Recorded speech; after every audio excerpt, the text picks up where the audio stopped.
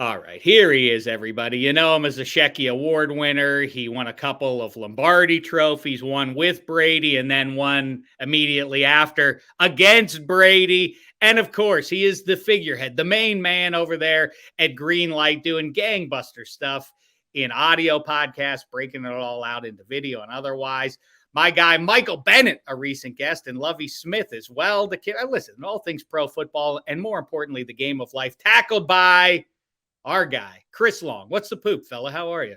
What's the word, Dave? I mean, I appreciate the kind introduction.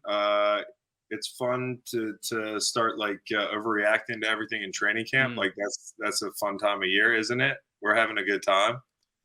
It's crazy, the amnesia. That's what it all hinges on, exactly that. Like that you must erase everything you've seen in every August up to this point to find it compelling. Like, I hear the backup threw some good balls there today, but like, who gives a shit what happened on the seventh day of practice? And they have those weird helmet things on now, those padded Guardian helmets. Oh yeah, those things that bubble wrap, dude. I texted one of my old trainers. I was like, man, if I would have had that, I'd still be playing. Is that true? You think like that? So you would have welcomed wearing that thing? I would have made a mockery of it. I would have. Did you see Jason Kelsey running around? He put bubble wrap for real on his helmet at training camp to be a wise ass. I mean, dude, there was a point in my career where I looked up and I still had the foam helmet, like it has like asbestos under the white stuff. It's like fucking old. Oh yeah. Stuff. And everybody had all these new helmets and. These helmets are changing so much every year. I kind of wonder where we're going with this thing. There's no way to make it safe, but I totally appreciate them trying. Well, we'll get into the Dolphins. And finally, I mean, the league, I've been begging for more than a decade since the Dolphins took the helmet off of the Dolphins logo, that in an age of alleged player safety being the chief concern and everything else, the Miami Dolphins take the helmet off of their football playing Dolphin. That's true. And I'm glad. So the hammer is dropped on Stephen Ross's collective. I want to get into that, but I want to talk some uniforms. Maybe we'll squeeze in some music talk. Chris Long. But I want to let's talk a little bit of pro football here. Let's do it. And start it off with, until the Miami Dolphins news breaks, the Deshaun Watson story is the big one of the week. And so you're a guy on the Cleveland Browns, let's say. What is it like in the locker room right now?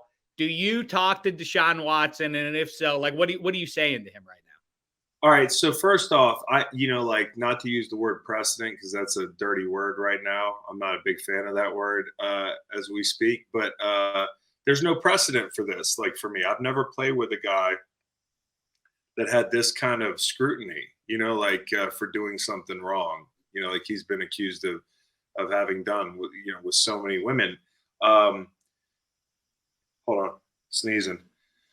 Go ahead. Excuse me. There you go. Yeah, the tree pollen is terrible right now. But I didn't bless you. You'll notice because I'm not going to abide by society's rules that I have to say bless you. You know why people say bless you, Chris Long? Why? Right? Your heart stops, right? No, well, it's because it depends on what your source is, but it's either that the devil is in you. Oh yeah. And so God bless you, get out, or the sneeze just purged the devil and it's like, God bless you. You did it. You're on the right side again. I'm not going to play ball with that jive. Come on. It is pretty funny that some people, and I would count myself in this group before, like when somebody doesn't say bless you, like, what the fuck was that about? It's just such a normal. What I'll do is I'll cut the middleman out and I'll say bless me. Interesting. That's a neat play. I just I'm not going to dance, but on the other hand, it comes at a cost. A lot of people find me rude as a result. No, many. I love what you're doing. I love what you're doing, Dave. I love what you're doing. But no, if I play with Deshaun, I probably wouldn't say much to him. Like, there's plenty of people that I haven't talked to a bunch in NFL locker rooms. I probably wouldn't say much to him. I mean, like, I'd probably get to know the situation a little bit better by being in the building, but how much really could there be? What details could there be that would, exonerate him in my head?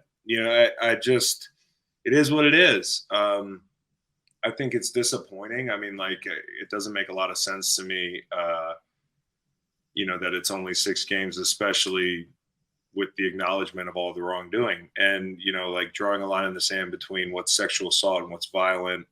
The fact that you actually have to hold this guy's hand and tell him he can't get a massage anywhere but in the building ever again, like for the rest of his career, like that alone is an acknowledgement that this guy can't be trusted in this. Well, that's what's weird, right? I mean, like, we've been talking about that for many months. It's anomalous for anybody, let alone the QB of the team, the face of the franchise and all that, to be like, it assumes that, and it did assume until the league called him out on it, but like, NFL teams pay for massage therapists in the building. You don't have to go off site. The behavior is so creepy on face and the people who danced around it, but it also, correct me if I'm wrong.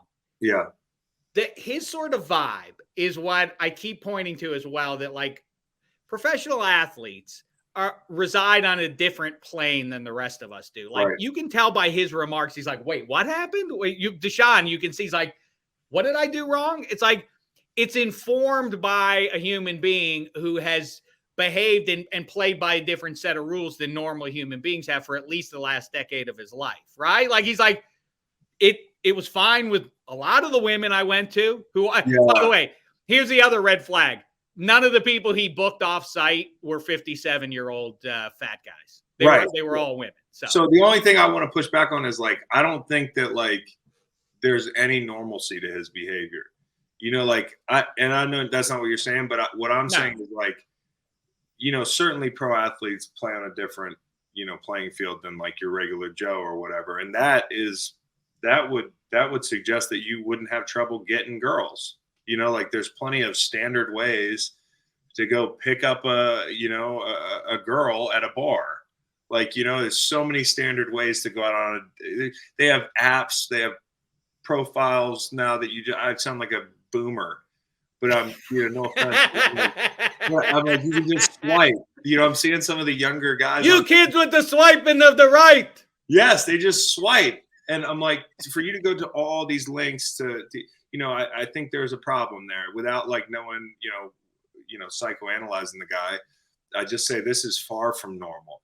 And, to qualify, we did go outside the building to get massages. I went outside the building to get massages all the time because, as you get older in the NFL, and depending on how particular you are about your body work, like, you need a lot of body work. Now, there's not enough hands to go around in an NFL facility, especially in training camp. Look at right now, there's 80 guys on the team. They might have 4, and I've struggled with the plural version of the word masseuse. Masseuses? Massage. It's not massage. So they have like 4 massage therapists, right? And that's got to go around to 80 people on a team. Like, it's hard to get enough time slots. You might also not like the way somebody does their body work. I had somebody fly in from Seattle, the tail end of my career, on a weekly basis. I had an acupuncturist fly in from up north every week for the back half of my of my career. On Monday I was on the table for 3 hours. On Tuesday I was on the table for an hour and a half. On Thursday I was on the table. On Friday night I was on the table. Like, you're patching yourself back together. So it's totally normal to go outside the building. But if there were a bar graph of how many massage, therapists that somebody goes through an entire career on average, in 2 years, Deshaun Watson's off the page, like, well off the page. The number and the way that you go about soliciting these massage therapists is like, there's red flags everywhere. It's one of these things is like, I can't believe we're analyzing this, right? Like, you're like, it's disgusting, right? Are we really talking ourselves like through this as if there's not some easy answer? And the easy answer for me is like, listen, there's a lot of smoke. There's at least one fire in there. And I know the whole innocent until proven guilty thing, but I'm also not a moron. And I think that suspension was light. And I know I'm not the only one. Yeah, so I just don't know, from a fan perspective, I try to let everybody off the hook and say you're not responsible for the owner's decision, and you have enough to worry about in your real world. These are characters. That's what I always tell people about teams that you root for and players. they're three-dimensional human beings who have lives when the games end and they leave the facility, and they're allowed to do and think and behave how they want within the constraints of the law, of course. But now he's got to go to Brookstone to get massages. Like he's got to go to Sharper Image and sit in the chair. Like Sharper Image needs to give him an endorsement deal. Yeah, one of those chairs. Like, hey, I'm Deshaun Watson. I used to go all over the place for a massage until I got one of these sweet chairs. Yeah, no, I mean, honestly, like just to think that the face of a franchise, and we haven't even talked about Cleveland, the way they structured that contract and how the money was hid and all that stuff. But like the face of a franchise, you know, if he walks into Massage Envy, everybody's like, you're pulling the fire alarm, dude. Like this is a problem. You acknowledge it in the sentencing. You acknowledge it in the discovery. And it's just, to me, the most ironic part about this is for so many years, we wanted Roger Goodell out of the picture. And now all eyes are on him again. And people are almost like, come on, Raj, like make this right. And, you know, that's a tough deal, because if he pops back in, there's going to be a lot of people that applaud him, and rightfully so, because if they pop back in, Dave, there's a lot they have to lose for popping back in and appealing this thing, because this is going to stay in the news cycle. It's going to cost them money. So if they pop back in, it's going to be for the right reasons, I would assume. And, you know, I think the risk there for him is he might look a little autocratic, and that's not what he wanted to look like at the first time, you know, we had one of these situations. But Sue Robinson was light. The roller coaster, the can of worms or whatever that he opened when he decreed, when he first got in there and said, I'm going to clean up player behavior, player conduct policy. And then the inconsistency of like, well, I'm going to give this guy this many games for doing that versus this guy. Like, and then it's always always Goldilocks. Not severe enough from the media and from fans. Too light, and it's up and down. So now it's led to like I'm completely out of it. And now everybody wants him to play savior on this thing. But I think he's already gotten what he wanted, which is, you know, the leak that, hey, I wanted a full season. I wanted in-depth. You wanted That's 12 not what they games, did. What do you want me to do now? Games, $8 million. But the fact that the guy's getting fined $350,000, like, listen, I'm not sitting here and this is the way society works, man. Like people are not going to trade the NFL over this. Like people are not going to put this product down over this. Like Browns fans, and you know, a lot of people say it's an NFL problem and all this stuff. Well, they're not the only league that people have gotten back to the court or the field after doing some fucked up shit. I'm not dismissing that, but what I am saying is this is more than just an NFL problem. This is a societal problem. You know, we really have not stepped up for women like enough in general. And, you know, that the fact that like he went to practice yesterday and he's getting mobbed by fans, they don't work for the NFL. Those people are real human beings, and they're looking past it because he's one of the best quarterbacks on the planet. And that's the whole thing. If this was a third corner on a team, you'd never hear from him again, even if it wasn't brought to trial in Houston. And it all, ultimately, cynical as it is, it all pivots off of that. We love football, and we love it even more than we love baseball or any other sport you can say. And the leverage that Goodell and the owners and everybody else has over us is exactly that. Like we're going to watch. And so the artifice of like, hey, we wore pink wristbands, you know, for a whole month. What are you talking about? We don't care. Hey, listen, like, Dave. Half my income is sports gambling. I can't stop watching football. You know, you're that good a gambler, huh? No, I'm not. I'm joking. I'm with you. The creepiest. I mean, like it. I don't like my resentment as a vain guy is Deshaun Watson putting. Obviously, I'm kidding. The women it's grotesque what he did, but I got into this so I didn't have to talk about serious stuff. You know, I like to talk about football. And now we're talking about this creepy behavior, the creepiest group massage stuff. Remember Real Sex when they would go when they'd go as couples and they would just be nude? I didn't watch it. I think I was a little bit young. Really? Howie didn't allow it in the house? I didn't watch any TV after midnight. Were you allowed to watch smut? No, I wasn't allowed, but I did. I did. just real sex wasn't on that. It was mostly Skinamax. It was mostly like, you know, a lot of plot, some kissing, you know, that sort of thing. A couple people. See your generation, like my old man used to tell me about like, oh, you don't know what it was like without TV. When I was a kid, we had radio. My generation to you is like, you don't know what it was like. We would have to watch Dream On, where Brian Ben would have sex for 21 seconds in a comedy environment, and that was it. And there was no DVR, there was no pausing, there was no rewinding. Yeah, and then there was and then you had real sex.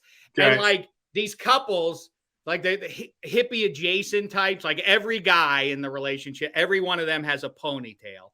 No question. And the women are all entitled to their orgasm. The ponytail is such a real thing, though. It's true. A lot of nudity in fields. Oh, fields outside with instructors, big board showing like the different types of vaginas. Like one is a wolf. Everything is like you're compared to animals. Like some vaginas are a wolf, some are an owl. And then they lay down in a field, the one woman, like, and they're all like a little bit old, and they don't know how to be free with their bodies. It's real. And I remember the lady laying in the field, and her husband and a bunch of strangers are all around her, like kind of massaging her, every part of her, and she's like, oh, and it was like, whatever you're doing, I have no interest in for the next 20 years. It really repelled you from any interest in then sex. I became a Catholic priest. No, that's not the right direction. Yeah, that's another can of worms. Oh, I didn't mean to make that joke. I just no. I know you celibate. You became celibate. All right, gambler. Let's talk just hardcore football here. Yeah. Cleveland Browns. Their total is 9.5. You get a little bit of juice if you go over the 9.5, up to plus 125. How say you? Is this a mess? Too big a mess? The schedule is easy, as people point to, for Jacoby Brissett, maybe Josh Rosen, maybe Josh Dobbs, until Watson gets in there? Or is it still a stay away because who knows, the league may push back on this yet? Well, I'll tell you what I'm not going to do. I'm not going to bet the over, because then I have to root for the Browns. That's right. Good for you. And you probably, that's grandfathered in for you, but just with the, it's going to be hard. Like, I don't want to root for Deshaun Watson when he gets back. I don't want to be sitting there, with a couple chickens,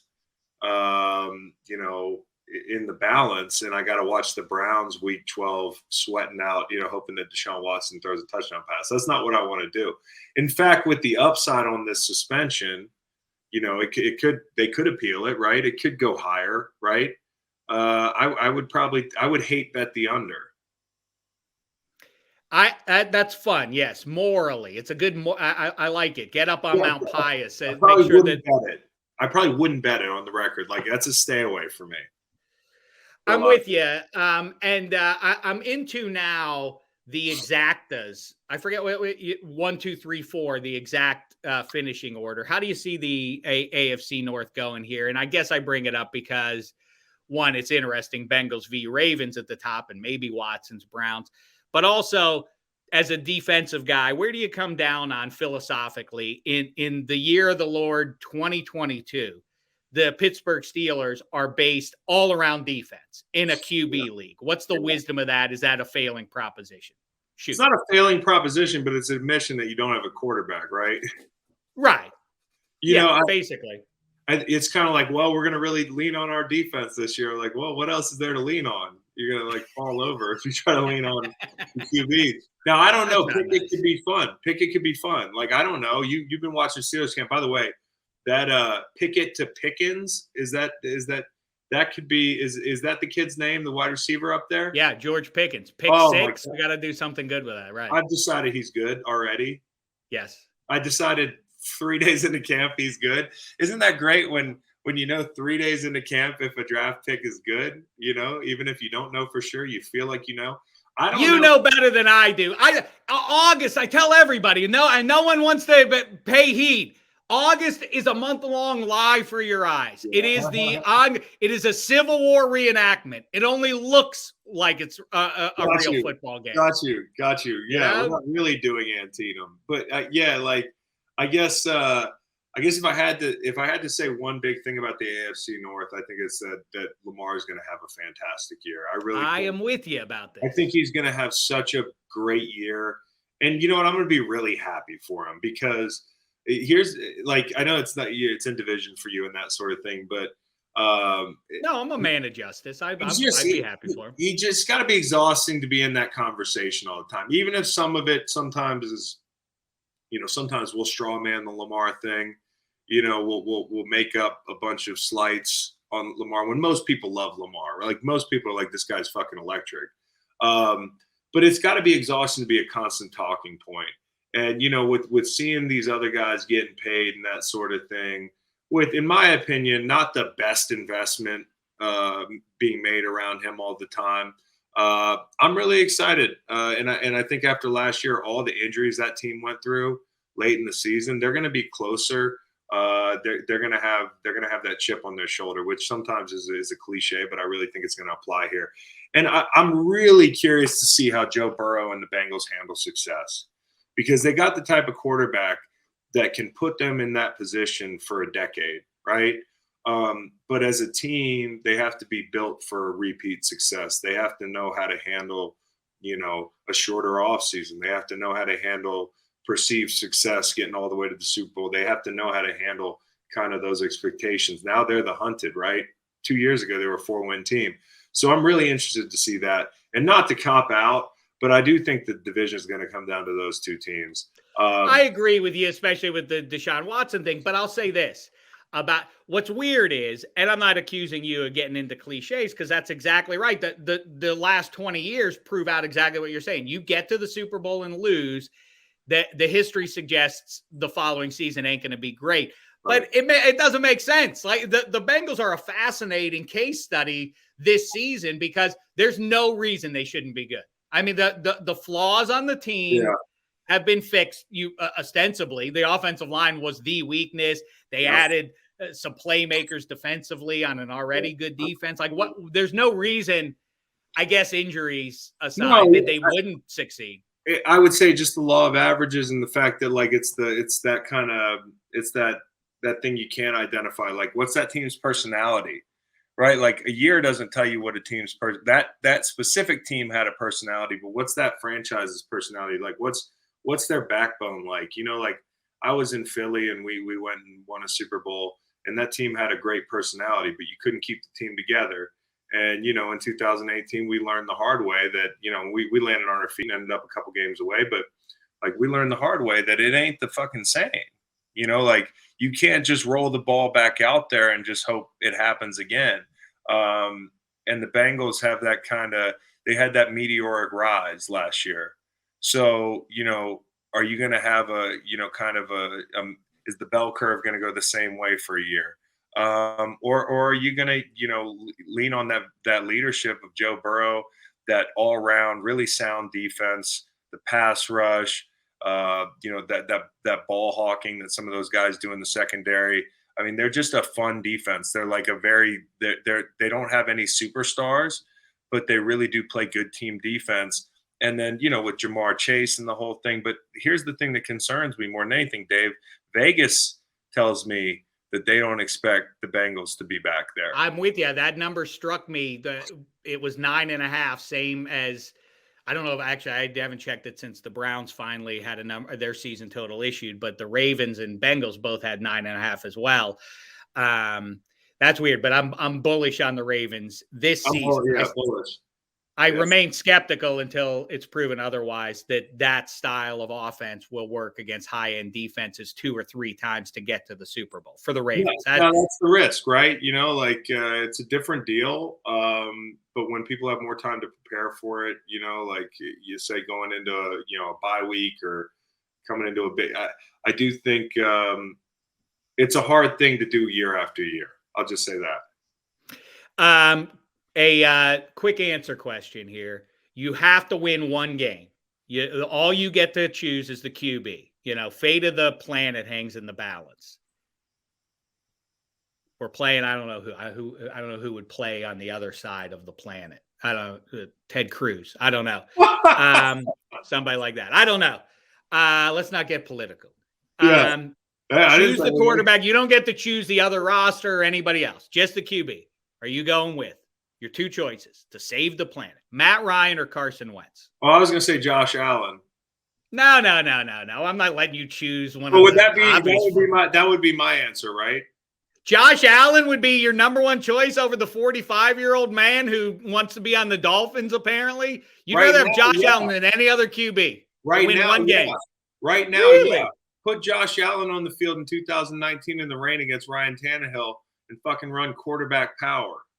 Okay? My point is Josh Allen can do almost anything. So, like, if I don't know what the team looks like, I don't know who I'm playing, I'm going to take the guy that can do the most stuff. And for me, that's Josh Allen. I get it. Now, that's interesting. Now, out of Matt Ryan and Carson Wentz, I'm going with Matt Ryan.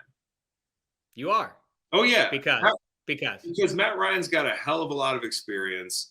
And I don't think there's a big difference between at this stage in his career and Carson's stage in his career, especially after the injuries that Carson's kind of had.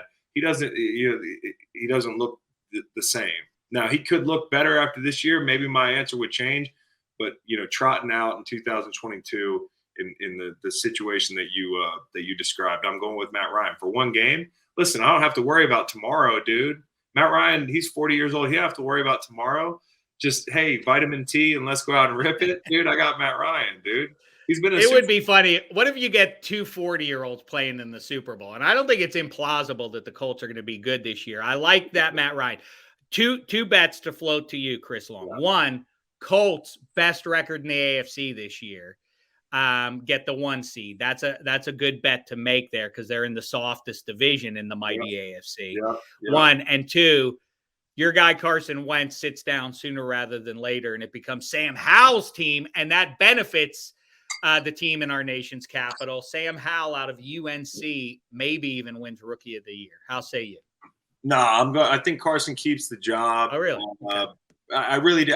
Like, I'm not saying he's going to be great, but I think he's going to be better this year. I mean, things just went south last year.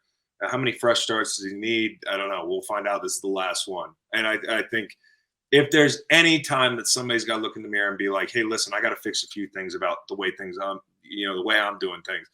I think it's now. I think you could be. I've always said this. Carson Wentz is not a bad person, dude. I think he gets made out to be this really, but what he is, he's stubborn.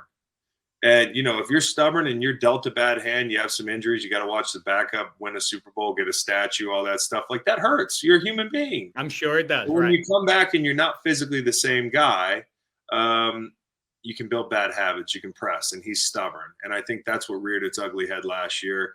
And listen, I think this year is a chance for him to kind of reset. This is his last chance. I'll say he keeps his job. And then the first question was, do you bet Colts number 1 seed? No, I think it's probably it probably pay out pretty well, right? Yeah. So I do like the bet, but I like it for another reason too. I think people are going to look at the AFC West as this like juggernaut division. I think they're going to knock each other off a lot.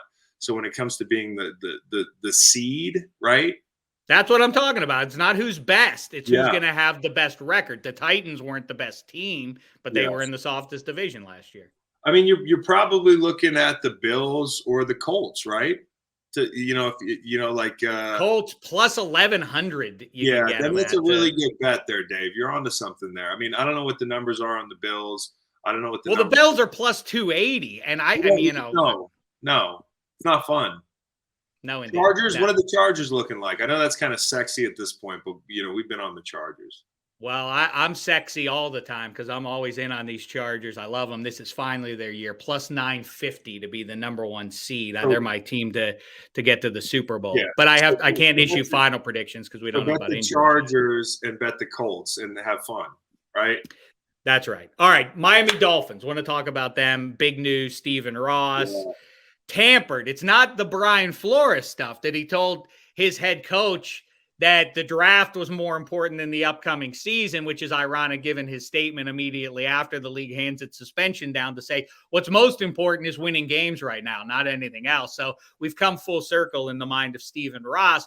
But the Flores lawsuit and everything else uncovers that they were chasing just defying the rules. You're not allowed to be calling up Tom Brady and Don Yee, who is also the agent of Sean Payton, who the Dolphins were also in touch with, trying to get them to come over in 2019 and last year in Sean Payton's case. How say you on this mess, and why, in the early returns at least, it's all about the Dolphins and everybody. Why is Tom Brady not getting more heat for this? This is crummy on his part, right? Or no? Am I missing something? I think Tom's going to get some heat before, in the next 48, I would think. Because when you talk about tampering, it does take two to tango, right? That's Don Yee, right? So isn't the common thread between these things Don Yee? Certainly, but Don Yee, what's his relationship to Tom Brady? I don't know. So do you think Brady's saying to Yee, hey, get in touch with Peyton? Because that would really make things sweet down in South Beach? I'm not positive, and I want to see what came out more. But if Brady is talking to the Dolphins while he's playing in 2019 in New England, I'm understanding that correctly, right? It's early. That's the story, is that he's talking to him while he's still on while the Dolphins are in touch with him while he's still on the Patriots, a division foe, no less. He's gonna get heat for that, and he should. I'm not afraid to say that. I mean, I've always been a big fan of Tom Brady, but that's not a great look, right? I mean, you do think about. I'm not gonna say you're never thinking about your next team when in certain situations, but I was also a position player. And I wasn't Tom Brady. And if you're going to lead a team and that sort of thing, it's hard to imagine, leading a team and then leaving the field and being like, what's going on in Miami? It's jarring. I'm sure it's going to be jarring for a lot of Patriots fans. And I think, the talking points are going to be interesting because, nobody wants to criticize the GOAT, right? But being real. It's funny. And I'm not. I am comparing the two because they're both current events right now. But no one wants to criticize. It's like Deshaun Watson didn't have to do this given his stature in Houston, didn't have to behave in this way, which is what makes it creepy. But when, people always say the police are looking to get guys they aren't. They're fans of these teams. They're more likely to let stuff go. I think. Not that Green Bay cop. No, well, right. I think that then you reach a certain position in life. I think it depends on the city, as a sidebar. But yeah, yeah, maybe. Yeah, that's maybe we should debate that in another time. But yeah, I think people love to knock them off. I don't think the cops in St. Louis were like, those guys play at the Edward Jones Dome. We're gonna make sure. I've been there in years. But go ahead. What's Sam Bradford really like? Tell us everything. Yeah, dude. Yeah. I do, but I think you say people don't want to go after Brady. Maybe within the league, that's the bubble that he resides in. But I think the public at large, everybody wants to take down the person at the top of the mountain, right? The public can't wait. But also. He's about to transition to being one of our peers in the media. And he's going to be a giant if he does that, like he is when he does anything else. And, Brady's a likable guy and Tom was a good teammate, do I think he could have in 2019, do I think he could have pulled it off and his play didn't change? Yeah, I think he's capable of managing the tampering part of his day and leading the New England Patriots part of his day, but at the very least, it doesn't look great because it's kind of counter to everything that I think of Tom Brady as. Now, that's exactly right. I've never met one person who's like, yeah, I was there. He was kind of a jerk to me. No one. Everybody's as soon as you meet him, he chases you down the hallway to introduce himself and say, welcome to the team and all that kind of stuff. But at the same time, I'm also sitting here thinking I'm not mad at him if I played on that team, because I know that like I saw Tom Brady give everything he could to that team. Like, you know, like Tom Brady, nobody prepares harder than Tom Brady. Like that's not a cliche.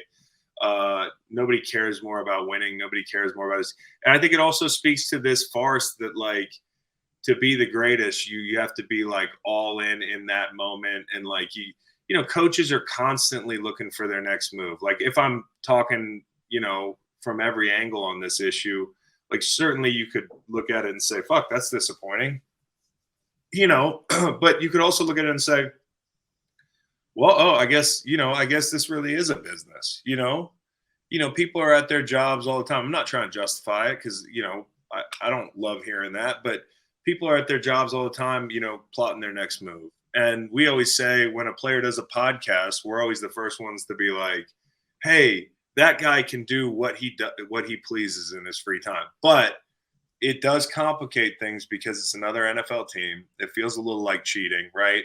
And I mean like cheating on your team a little bit. And then on top of it, there's somebody in the division. So I do think he's going to get some heat for this. I do. But as we've seen with Tom in the past, it's nothing that he can't overcome by being great and charming and a good person. That's right. You know, because if he was an asshole or he was a bad teammate, I think a lot of guys would be coming out and saying like, what the fuck or whatever. But I do think there's room for a little nuance here. Now, when it comes to Stephen Ross, I don't trust the guy. So I'm just going to say that. I believe everything that Brian Flores said at face value because I love B-Flow, and I also don't trust Stephen Ross. And then, you know, like I also think the league has good reason to be like, look over here at the tampering, but let's not talk about this tanking stuff.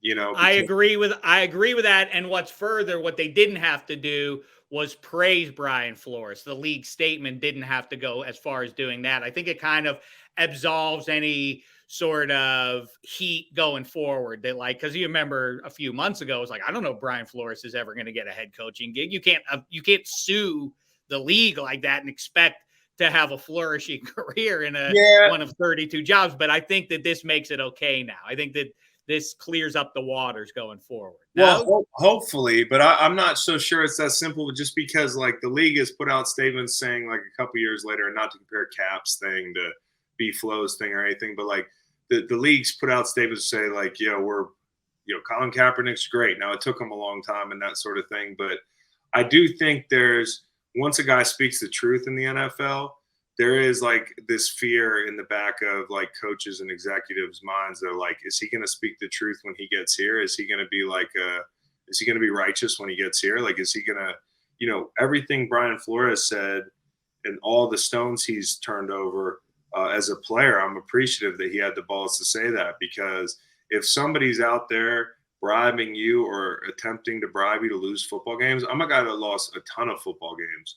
That shit is painful. That stuff sticks with you. I'm a different person because of my time in St. Louis. Like I have a different personality, and it's not for the better. And that sucks to imagine guys are out there busting their ass. They have one shot at a career. The average career is 3 years long in the NFL, right? So this window's small, and your earning potential is affected by how good your team is, the way you're perceived, the quality of your life. I know it's Miami, but it sucks to lose in the NFL. And so I feel really bad if that was the case, and it really pissed me off. And, I do think the league, I'm not saying they swept anything under the rug. I'd have to look more at this stuff. It just broke. But when it comes to tanking, like they stand to lose a lot more acknowledging that was happening because of the integrity of the game, gambling, all that stuff, that could kill the business, right? Tampering, the other T word, is not going to kill the business. I agree with you. And by the way, for the millionth time, I'll say it. The NFL is not a court of law. It is a business. And of course, they're more concerned. The Calvin Ridley comparisons. But on face, it's easy to get up on Mount Pies and say, like, wait, the guy bet a parlay and he's out for the full season and Deshaun Watson did what he did. I mean, it's easy to say that. And so the pushback on that. But I do have to say, I've said it before. I'll say it again to you. I think you present as the ultimate teammate. I think that in the eye of the storm, Colin Kaepernick, The league doesn't like it. You know, they're trying to quietly, passive aggressively push Colin Kaepernick out of the league. Amidst all that, Malcolm Jenkins raises his fist in a hard-boiled sports town where he could have gotten a lot of heat. But Chris Long, a white guy, comes over and puts his arm around him. And everybody said, this is going to ruin what chance? They're worried about other stuff, not winning football games. You win the Super Bowl. I think it's one of the great deeds. I know it was a spur of the moment kind of a thing and everything else, and you'll be dismissive or modest about it. I think it's one of the great noble deeds on a sports field this millennium. I hail you for it. Sincerely. I think it's I think it's really a great move. Malcolm Jenkins could have been hung out to dry if he would have been left alone, but instead 56 comes in and makes it all right. Well, you know what? Malk and I have a really cool relationship because of that. And that's one thing. I mean, like, I'm certainly proud of whatever we did, but I'm appreciative of kind of the relationship that's formed there. I mean, like, you know, when I see Malk and I don't see him that much, it's, hey, I love you, man. You know, that to me is team sports. You know, you said being a teammate. I mean, like, to me, that's team sports. It's having each other's back. And that's the one thing that sitting here retired and, you know, I'm always like, hey, fuck, I don't want to be playing football, making jokes about sitting in my chair instead of being in two-a-days and all that stuff. But the one thing you do miss, I mean, other than the rush of game day is, you know, that brotherhood. And so, like, we all got closer as a result of that year. And it just so happened that we were able to win. It's funny because I've talked to Malcolm Jenkins and he doesn't like you that much. Yeah, but he did appreciate you doing that in the moment. But anyway, that's water under the bridge. That's my last thing. Yeah. You go from St. Louis and those terrible, inexplicable uniforms. I don't know why the metallic Notre Dame gold. Then they make them even worse by white pants. What the hell are you doing? And they're terrible. You wear the Philly one's pretty good. The Patriots one isn't good. We can argue about that. You're wrong. The blue jersey is not bad, but the white jersey with the blue pants is terrible. And don't try and defend it. I disagree. Is there a uniform in the NFL that if you were a free agent that you would be like, too ugly? I can't wear it. Like it. The numbers are. I could make $100,000 extra if I sign there, but their uniforms are so bad I can't do it. So that's a great question. And when I was a free agent, I did look at that. It wasn't the primary focus, but if you're not some brick shit house of a human being who's running a 4.4 and looks great in your jersey, like, you really do have to look and see, you know, project what you might look like in that uniform. As I go through it, man, that's a great question. The Jags are not great. It's funny. I'm like going back to look. I don't like the new Patriots uniforms. Like, I'm really not a fan of those. The last couple of years ones? Yeah, the last couple of years. I'm not a fan of those. The Atlanta uniforms, I think they're a little better. Hideous. To me, the ones that kind of look like circus uniforms. They had Matt Ryan out there looking like a jester. You know, those are pretty hideous. Have some dignity. You're an NFL team. You don't have to put the name of your team on the pants, for Christ's sakes. I think you don't have to write ATL on the thing. Like, we know who you are. We know exactly who you are. There are only 32 of you. I'm going down the list. Okay, I'm going to put the Patriots on the no-fly zone. Gosh, there's not that many just god-awful ones after. So, what do you think about the Commanders? I don't think I'd look good in purple, dude. I mean, see, I never really noticed until in the last few years. That is maroon or burgundy or whatever you want to call it. It's purple, and that's what they wear. They wear purple. Like Texas A&M wears purple. That's what that color is. The Aggies wear. You're saying that the Aggies wear purple? I'm sorry. I'm just going down the list. I'm looking at the Vikings. Oh, you're looking at the Vikes? I'm looking at the Vikings and saying, I don't think I could wear purple. You know what? To be honest, I don't think it's that bad. I think think the Saints get enough criticism. Really? Why so? I just think, like, you can't just roll the ball out there and be like, hey, look at our black uniforms anymore. That was like 2003 where you could just – I remember my high school in the early 2000s, we got black uniforms. They're like, oh, this is cool. Now I know the Saints have always had black in their arsenal, but you notice how everybody's like just kind of look at all these helmets this year. everybody's trying to do the black helmet thing. It's pathetic. Their helmets are huge. They're batting like 400 on the helmets, dude. Where's your honor? Black has been claimed a number of times already. Do something else. Try anything different. Honestly, not to give you a non-answer, but I think there's a couple pretty bad ones. The old Bucks uniforms with the alarm clock numbers, no chance I would have played for Tampa.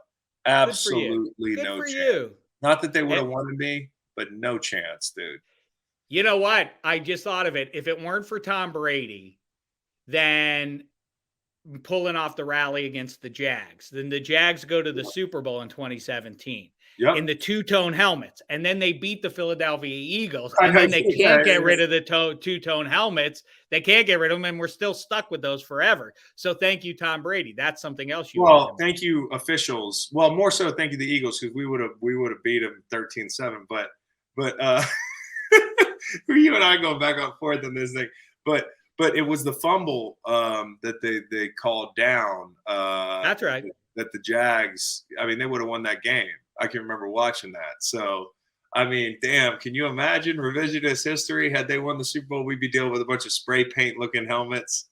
What a hideous uniform matchup that would have been. That dark green Eagles against the two-tone and the teal, and we're going back to Kelly Green. We're going back to Kelly Green soon, man. I know. Thank Christ. I don't know what the delay's been. All right, last question. Yeah. And I'm bummed because Eddie Spaghetti's here. He's chomping at the bit to talk to his guy Chris Long about MMJ and Pearl Jam and the Chili Peppers and all the rest of it. But I have one more uniform question for you. I've been thinking about this. You ask about the commies. I can't believe in an age where everything is marketed and researched and focus grouped and everything else, that a baseball team, I don't know how much money they spent, but hundreds of thousands of dollars, no doubt, to figure, well, we can't be the Indians anymore. That's problematic. What should we do? That they came up with the Guardians. The Guardians of Traffic. That's the name of the baseball team on purpose. And then Washington's like, wait, hold on. We're going with the commies. In our nation's capital, the commies. I can't believe that those are the two decisions that were made. So bad, dude. It's so bad. It's almost like the more they think about stuff and the more resources we have, like focus groups, rooms full of people with no taste being like, I like that. Like, this fucking somebody needs to stand up and be like, that's a bad name. Like Dameshek is waiting for the gig. I want it already. I want to be the czar of uniforms. Come on, Roger. That says everything you need to know about like the lack of communication and honesty in corporate America. That's why an NFL locker room is sacred, because you can be honest with people. If we were, if I was tasked with thinking of a mascot or a uniform, like that would have never got to the press, dude. The Commanders was a bad name, right? Like the players, Taylor Heineke was on Bussin' with the Boys. Shout out to Will and Taylor. But he was talking about, he was like, that's not a great name. I'm like, you got players on the team who aren't afraid to say it. Look at the elephant in the room, so big. The elephants in the room would have been a better name. The elephants in the room, Washington elephants in the room. Although then it would have been, people would have said it was political. But commies kind of is too, right? Yeah, I guess. Cleveland, they had so many opportunities there with rock and roll, with the big ass lake there. They could have been like, they could have been a lake themed kind of. It just was bad, dude. It was the Guardians is bad. The Erie Monsters, yeah, something like that. Yeah, minor league teams got it figured out. Yeah, have some fucking fun.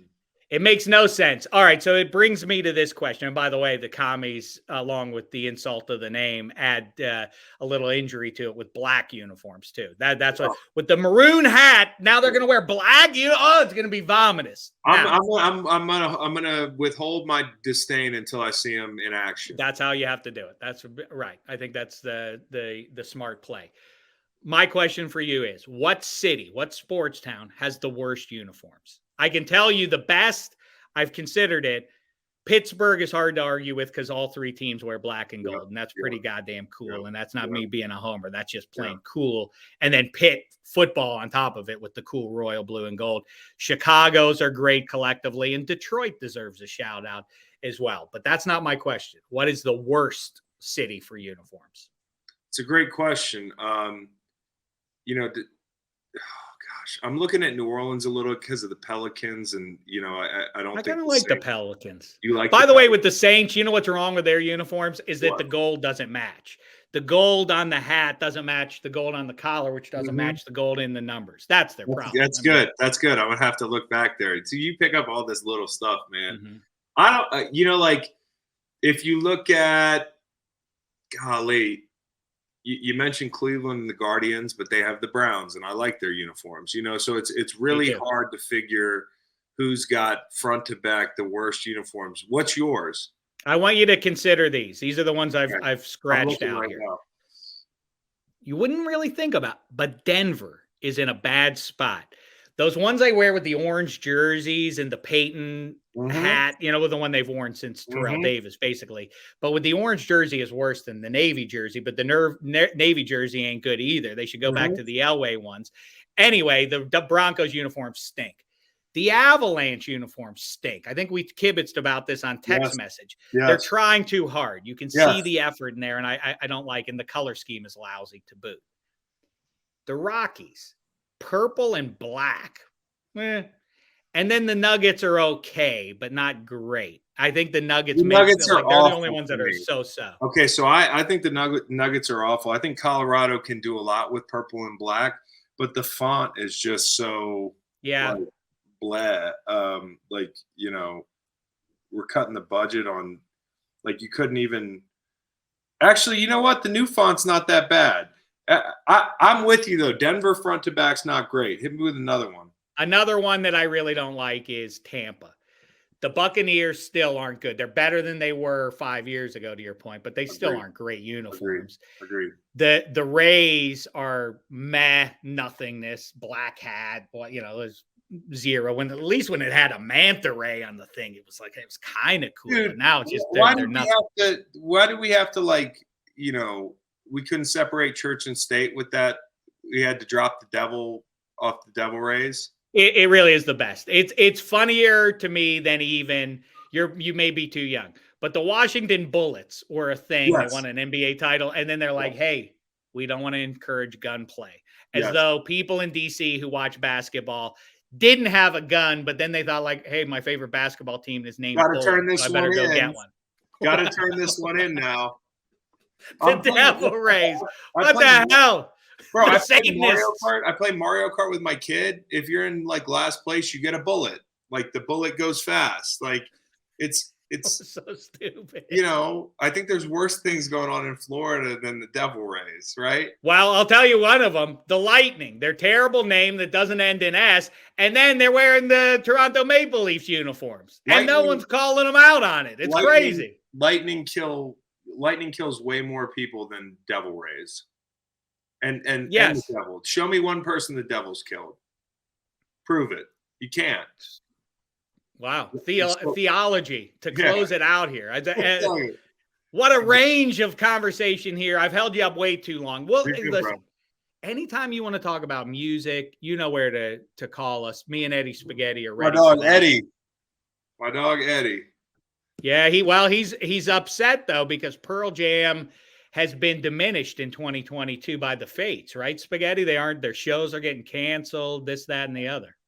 Yeah, they had a couple cancellations in Europe due to the fires in Paris, and then COVID got them on the U.S. tour, so I lost out on the Vegas show. But I can't complain. I've had a very good and still have a couple upcoming shows, so I'm having a pretty good music year this year, so no complaints. I have not had a good music year. It's got to start now. Why so? You just haven't been in a live venue? I haven't been to enough stuff. I haven't. You know, I saw Jacket down at Hangout in South Carolina. I'm going to try to get to Red Rocks this fall. I get to see Willie Nelson when I go home. I've seen Willie, but I want my kids to see him. Nice. And we'll see where it goes from there. I mean, I really need, Eddie, this is a good reminder. I need to get on some tour dates and plan my fall out. So thank you. It's very funny. I was thinking about with Spaghetti, the bands that he vibes to. He loves the Seattle grunge scene and Red Hot Chili Peppers. Basically, he likes what my bands were in when I was pretty close to Spaghetti's age. It's funny He's an that old soul. I guess so, because my generation was into the Dead and into the late 60s vibe. And there were a lot of tie-dyes inexplicably in the 90s on the backs of 19-year-olds. And So now Spaghetti is basically doing the same thing. I'm really with the into bands the of Dead my all of age. a sudden. I'm really into like the Are you last really? 3-4 years. I would say like there was a time where I was like, you know, hey, I'll never be a Deadhead. But I've met a couple Deadheads and we've talked and they're like, no, you might qualify. So I'm really into it now. Big Cat's a big Deadhead. Yeah, I saw them a handful of times too. And I like we talked about, the rhetoric goes for people who love to tour around with the Dead was like, well, their studio albums aren't worth it. It's the live shows. But I push back on that. American Beauty is great. Working Man's Dead. Working Man's Dead is exceptional. And Mars Hotel. Those are 3 great records right there that disprove the idea that the only way to experience the Dead was that. But you got to say, love the Dead or not, it's got to mean something that Jerry Garcia, who just whose birthday just came and went, it's got to matter that if you hear 3 notes, you know it's Jerry Garcia playing the guitar. I think that's I don't know who you would say that about a terrible band. I maybe there's an example of people be like, oh yeah, that proves the point that they. That's that they true. suck. I mean, their instruments had like a personality. You could definitely tell it was them. I mean, that's a really good point. I would have to think who's the other person that I just know. Like when Jimi Hendrix, plays a note, I feel like I know it's Jimi Hendrix, but The Doors, when you hear Manzarek's organ, so you immediately know that's the Doors, and a lot of people aren't fans of theirs. I think they're a little. I think the hipsters have beaten them up a little bit too much. Okay, Jim Morrison was pretentious, but the music has a vibe to it. I like it. You know whose voice I can't get? That reminded me because the Doors. Like if Jim Morrison is a little bit of a barrier to entry with the Doors, for some people, like Mark Knopfler. I'm just not a big fan of his voice, but he's a hell of a guitar player. Oh man, making movies that is a really, really great record. If you have not heard Mark Knopfler and company, Dire Straits, Making Movies is a real gem. All right, listen, we've held you too long. Spaghetti, final thoughts? Anything you want to get in front of Chris Long here, music wise? Musical, I mean, less than 2 weeks going to see my Morning Jacket in Hollywood Forever. VIP, early entry, GA, so I'm very excited for that. Haven't seen him in a year, so it's gonna be awesome. They're playing at Hollywood at the cemetery? Cemetery, yeah. Holy hell, that's great. I didn't know about that. Yeah. Damn, Eddie. Yeah, look back some vegetables, Eddie. Yeah, it's gonna be awesome. I saw him a year ago at Ohana. They played an extended set. I was front row for that with my brother, and they were, as good as I've ever seen them. Love the 2 newest albums. So I mean, they could play whatever. They're sellers. I mean, they're the best because obviously Chris, they change it up constantly. Yeah. The extended jams. It's been a big year for them with touring and stuff. So I'm really excited for this one. Yeah, they're firing on all cylinders. So I'm psyched. All right, football's almost here. Chris Long's going to be on a music tour. Maybe it'll cross over with your favorite football team playing. You'll see him out and about. In the meantime, green light is the way to go. Big time guests, football and otherwise. Yap and astronauts, so on and so forth. There really is gangbuster stuff. We love to see the success for this guy. He's one of the guys who about 5 years ago, I was like, that guy's going to be a star in the media if he chooses to be. And so he is. It was an easy prediction to make. We appreciate you carving out the time for us, Pally. Thanks, Dave. Appreciate the kind words always. And I will do that exercise of worst sports city uniforms. Okay. Credit you. And I will say, Dave Dameshek, this is his brainchild, but I owe you an answer. I will give it on green light. Okay. That's reason enough to subscribe right there. really drawn in the nerd crowd with that. There we go. If you like uniforms, check us out. Well, guess what? What I did to be contentious about it, I didn't open the can of worms.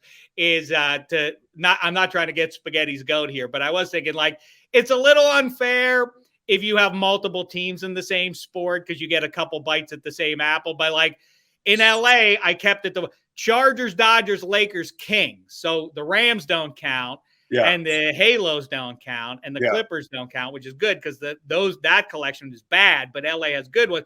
But then Spaghetti would say that New York has good ones, but only if you go Yankees, Giants, Islanders, Nets, because the Rangers uniforms are fine, but they're not exceptional. They're pretty. Take a hard look at Cincinnati, all right? As good or bad? You decide. I'm going to say good. At least those Bengals ones are jazzed up at least. They were terrible forever. I got to look closer. The red legs look good. Those are hard to impugn. That's nice. That red with the white, simple and clean. Yeah. All right, Chris Long. You're the tops, pal. See you, brother.